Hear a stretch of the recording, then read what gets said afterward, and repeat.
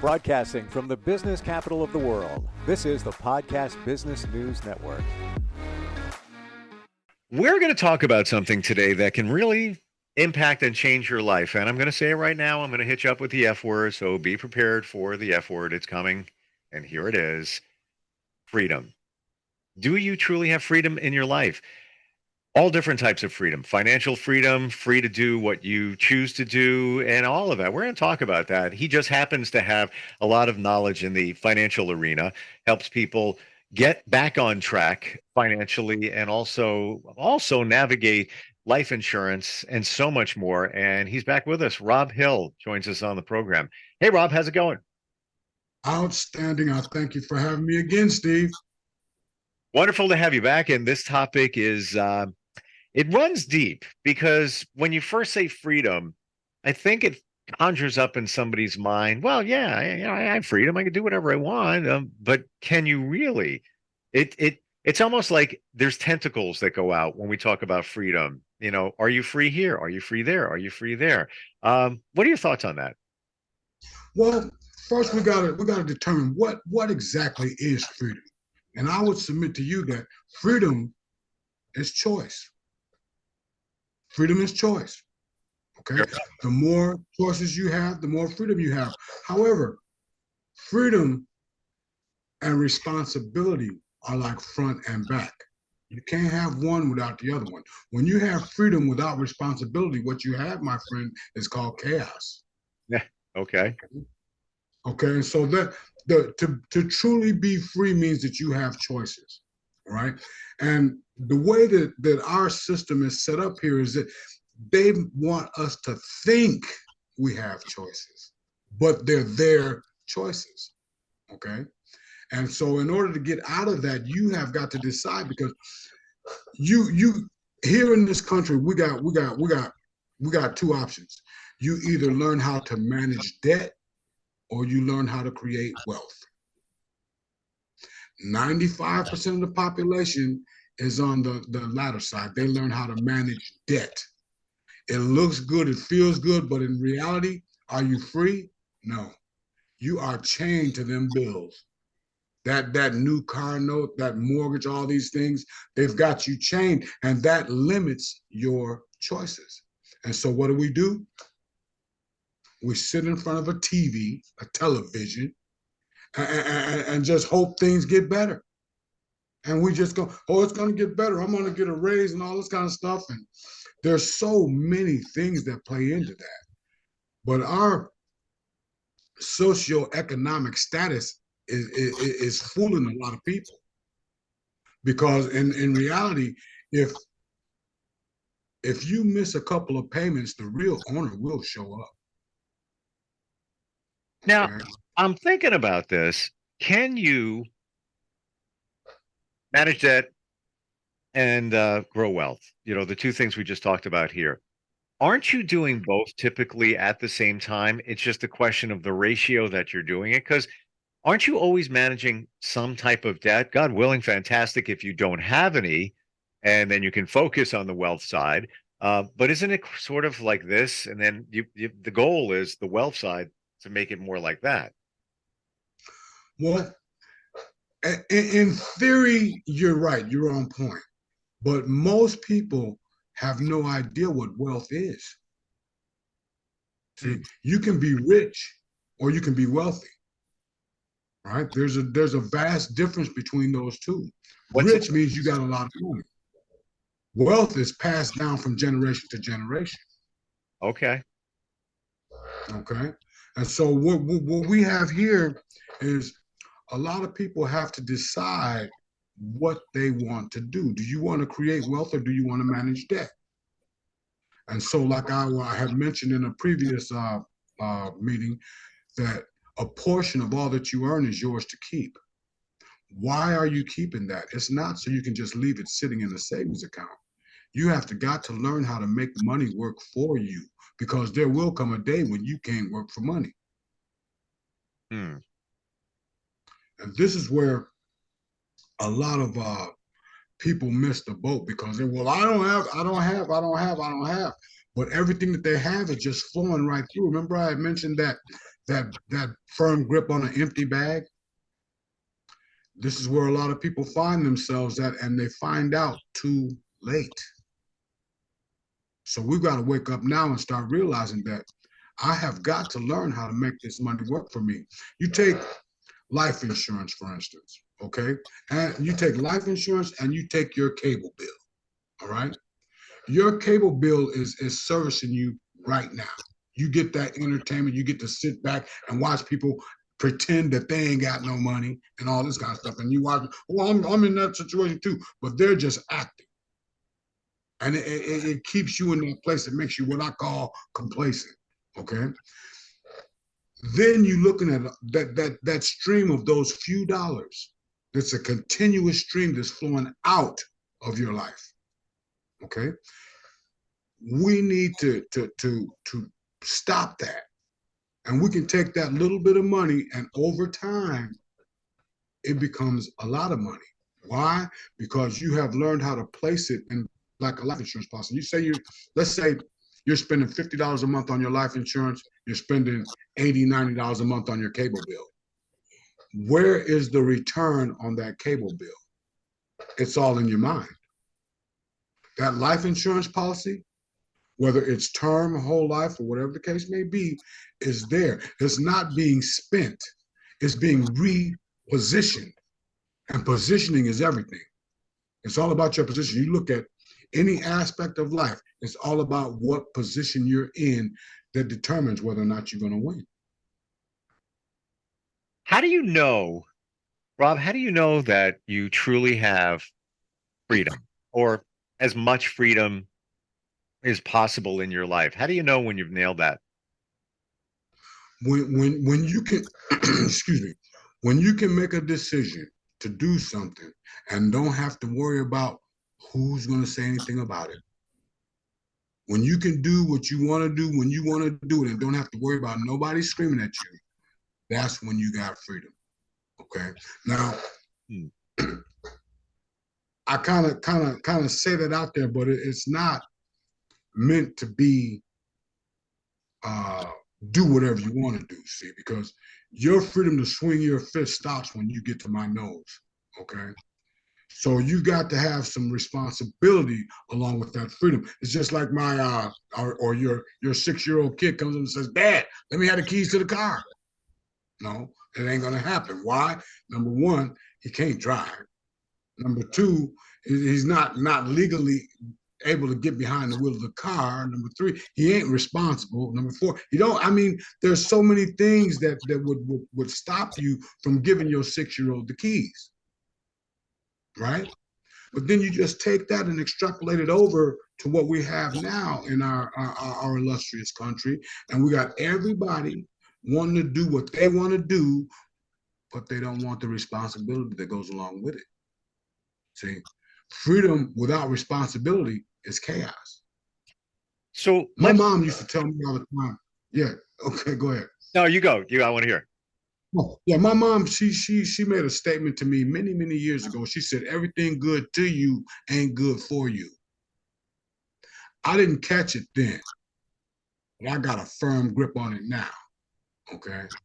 So people they're letting their cash just flow right out of their hands. So and they think that was my question. That's where I was going with that. I love that quote, by the way. I'm gonna be thinking about that one today. Okay. How do you know whether it's okay to spend? And this is what I mean by that. You make a decision. I'm going to buy something on Amazon, and maybe it's not for a lot. And maybe you're buying a few things. I'm going to treat myself. I want to buy new shoes. I want to get this. I want to get that. How do you know it's okay to make those purchases? You feel like you're free. Nobody, let's say you're single, you don't have to deal with anybody. Nobody's judging you on the purchase. It's your responsibility. So there's a responsibility, I guess, with the freedom. But how do you make the determination where it's like, yeah, I'm going to buy that. I'm going to buy that, and that. Financially, how do you know that it's not impacting you?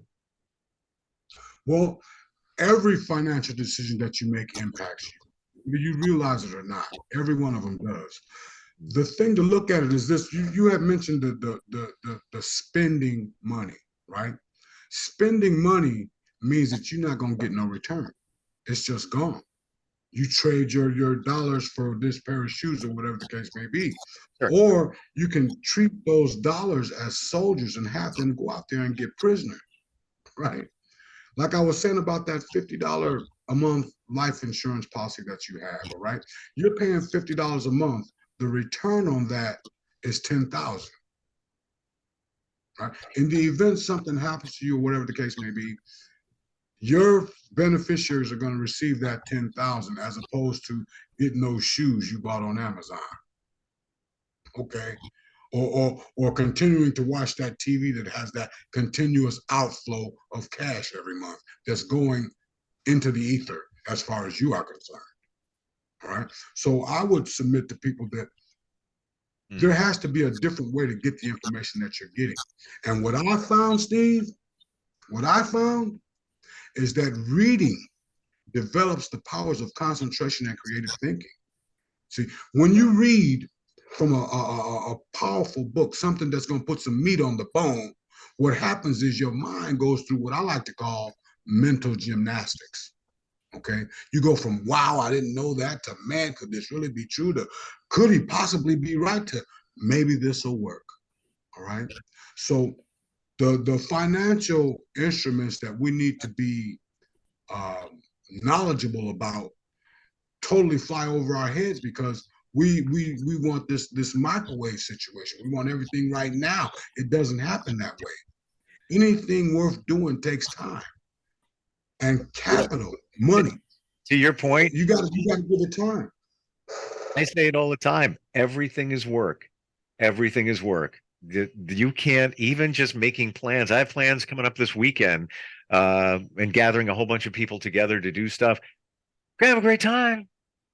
It's work. Everything. There's no, you can't just do something without having to invest something into it, i.e. work or whatever it might be. I do want to share with you, just dropped in my head, the word freedom. So I got divorced many years ago and never had my own bank account. It was a joint, everything was joint. And I walked in to the bank and the woman at the bank, her name was Joanne, wonderful woman. I still have connections with her. We still, chat, and she's since moved away. And there I am, like, all right. And she's like, okay, well, I'm going to open your account. What's your password going to be? You got to pick a password. I'm like, I don't know what that should be. And she looks at me and she goes, freedom. And I was like, okay. And I carried that with me all along. It's like, yeah, that is the word. And that word says a lot now, doesn't it? Well, it says a lot, but see, people use it and don't know what it means. They don't know what it means. See, life, Steve, is lived on levels and arrived at in stages. Okay. At every new level you come to, there's a stage that you must go through where words start meaning different things. Give you a little analogy, man. When I was a wee lad, okay, I used to like Batman. Burt Ward, Adam West, and I was a Batman fanatic. And one day we were getting ready to go somewhere, and I was watching Batman, and my mom said, "We gotta go."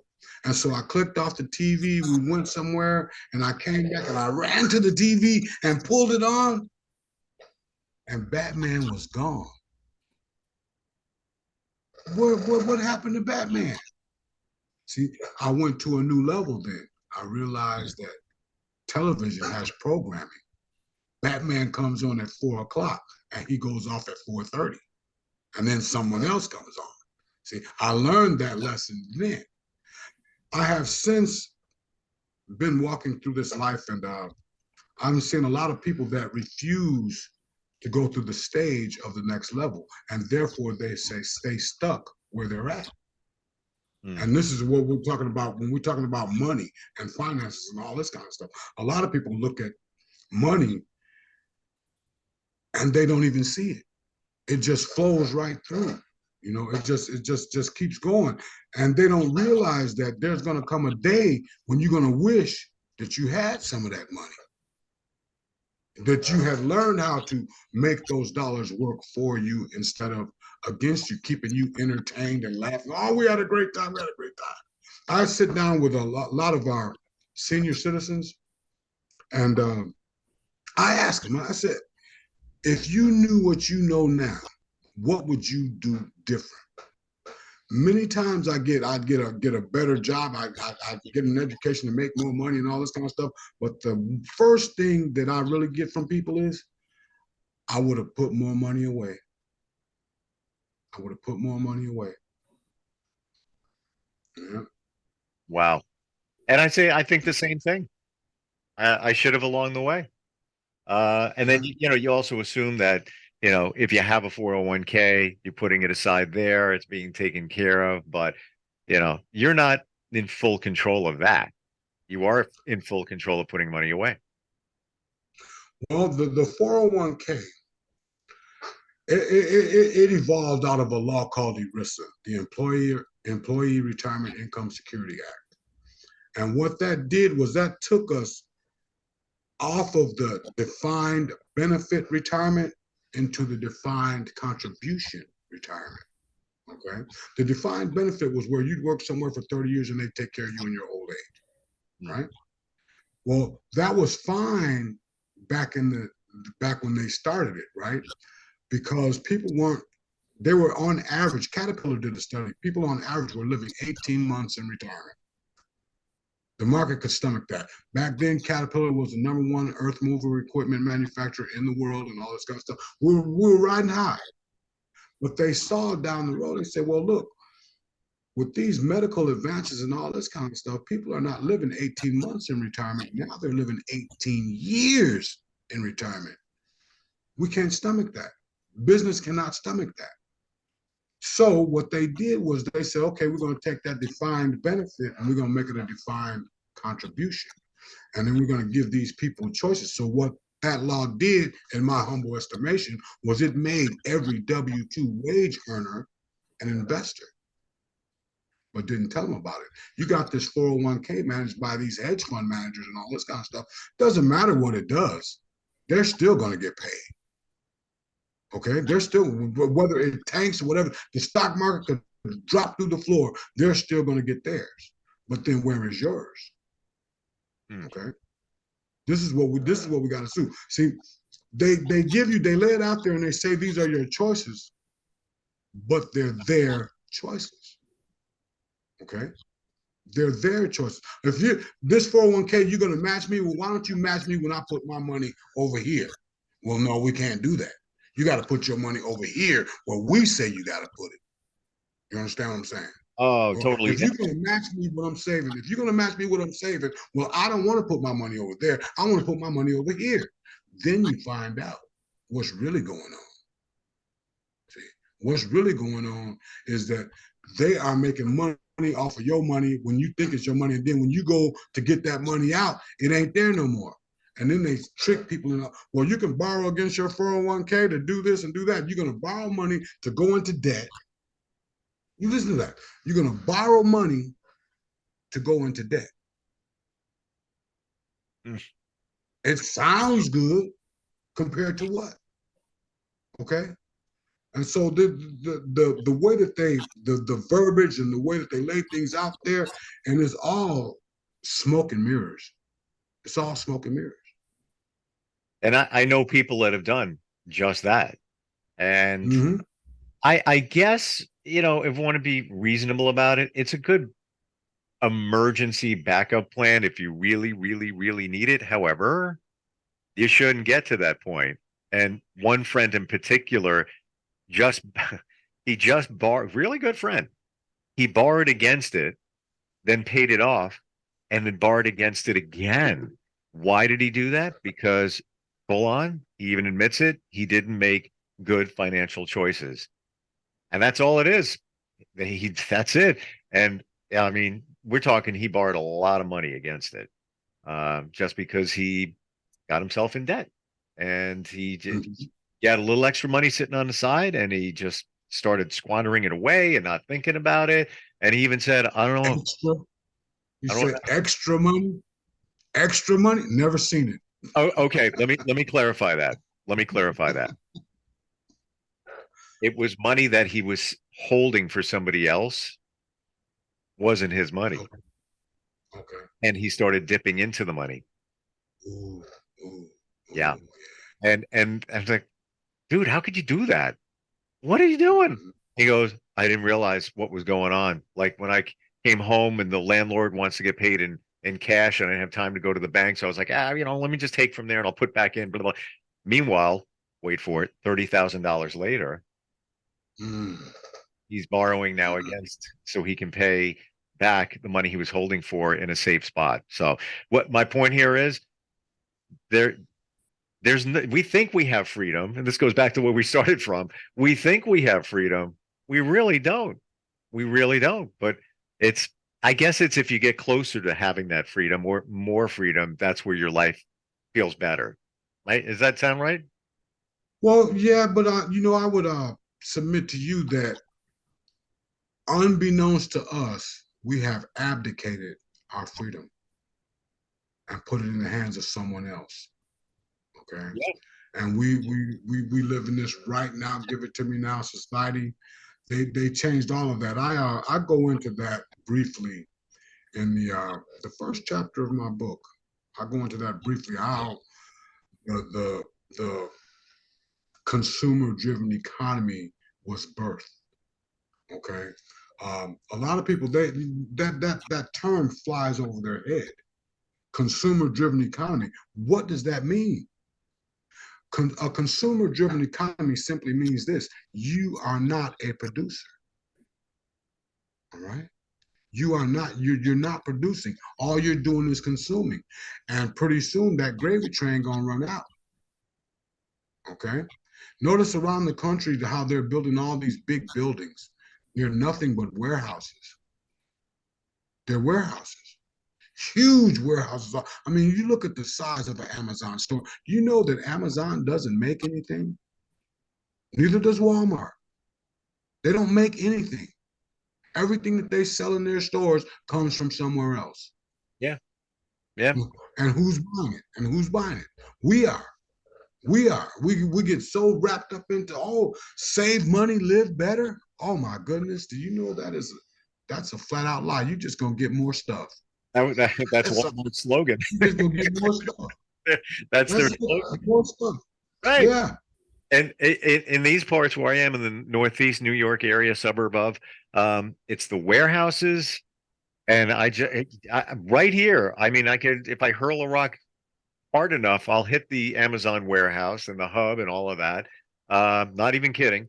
But they're also building expensive rentals, buildings everywhere going up, and I'm not exaggerating when I tell you the rent is easily $3,600 for a three-bedroom apartment. How do you do that? And the average person, how are you doing that? We're just about out of time here. If somebody wants to find freedom financially, otherwise, uh, you work with them, you can help them. I feel that we need the roadmap. We don't know how to do it. We don't. All right, put my money in the 401k. There you go. All I got to do is sign a piece of paper, and I think it's safe. But like you said, that's not freedom. You, you, you, you reap some benefits of it, but somebody else reaps the benefits even more. Rob, how do we find you? You can find me at practically everywhere online. My website is rhillenterprisesinc.com. My email and everything is on there on that contact page. You can just look up or Google ROBBHILL and you'll find a lot of information on me that way. Or you can call me at 773-765-4491. And just let me know where you are, best time to contact you back, and let's see what we can help you to do. Always great having you on. I love the insight, and you make us think. And it's painful. I'm going to tell you, what we're thinking about here is painful, but it's reality. You are the mirror you're the financial mirror holding it up in front of our faces, and it's time to look in the mirror and make some changes for the future. Thanks again for being here. Yeah, I thank you so much for having me, Steve, and you have a blessed day, okay? Are you looking for even more of the podcasts and hosts that you love? The Podcast Business News Network is proud to announce that you now have even more ways to listen live. Check out the MyTuner Radio, online radio box, and Simple Radio apps on iOS and Android, or find us online. Search for Business News Network on mytuner-radio.com, or search Podcast Business News Network on streama.com and onlineradiobox.com/US. Take your podcast on the go and don't miss a minute of the action.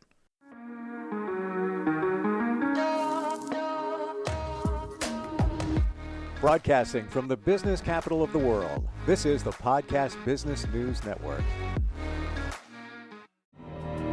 For nearly 2,000 severely injured veterans, everyday life has become filled with barriers. Day-to-day simple tasks can become pretty daunting. I have to carry my chair up 2 flights of steps or have somebody do it for me. What scares me the most is just the falling. When I'm struggling with my house, I think, to have that one great barrier just knocked down, it's crucial. Home for Our Troops is a wonderful nonprofit that builds a mortgage-free, fully adaptive, handicap-accessible house. And there's no catch. It'll be our very first home that we've ever owned. This is a game changer. This is where your life begins again. We need you to join us in completing this important mission. Please visit hfotusa.org and help build homes and rebuild lives. Because of you, everything's going to be okay.